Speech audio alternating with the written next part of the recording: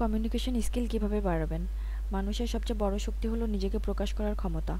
অথচ আশ্চর্যের বিষয় হলো, স্কুল কলেজে আমাদের অনেক কিছু শেখানো হয়, কিন্তু কমিউনিকেশন স্কিল, যেটা জীবনের প্রতিটি ক্ষেত্রে কাজে লাগে, সেটা শেখানোর জন্য আলাদা কোনো ক্লাস থাকে না। অথচ এই স্কিলটাই চাকরি, ব্যবসা, সম্পর্ক, এমনকি নিজের আত্মবিশ্বাস তৈরি করারও মূল চাবিকাঠি।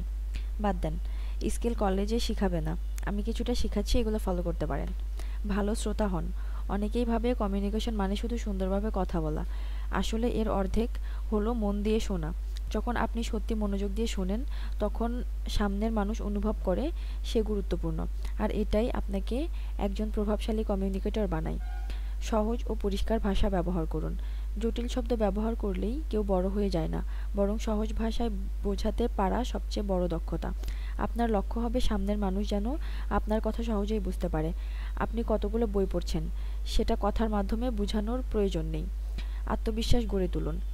কথা বলার সময় কণ্ঠস্বর, শরীরের ভঙ্গি, চোখের দৃষ্টি সবকিছুই আপনার আত্মবিশ্বাস প্রকাশ করে।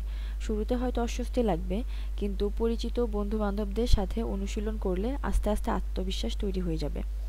নিয়মিত পড়ুন ও লিখুন। ভালো কথা বলার জন্য ভেতরে শব্দভাণ্ডার থাকা দরকার।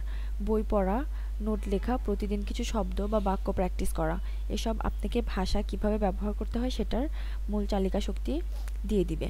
ফিডব্যাক নিন ও অনুশীলন করুন। যেমন জিমে গিয়ে শরীর তৈরি করতে হয়, তেমনই কমিউনিকেশন স্কিল তৈরি করতে হয় প্র্যাকটিসের মাধ্যমে।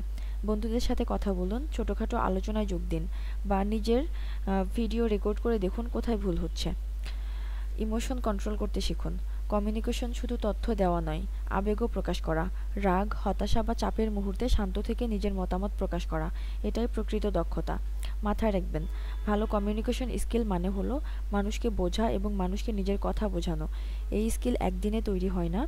ছোট ছোট অনুশীলন, সচেতনতা আর অভ্যাস, এগুলোই ধীরে ধীরে আপনাকে এমন জায়গায় নিয়ে যাবে যেখানে আপনার কথা মানুষ শুনতে চাইবে, বিশ্বাস করবে এবং মূল্য দিবে।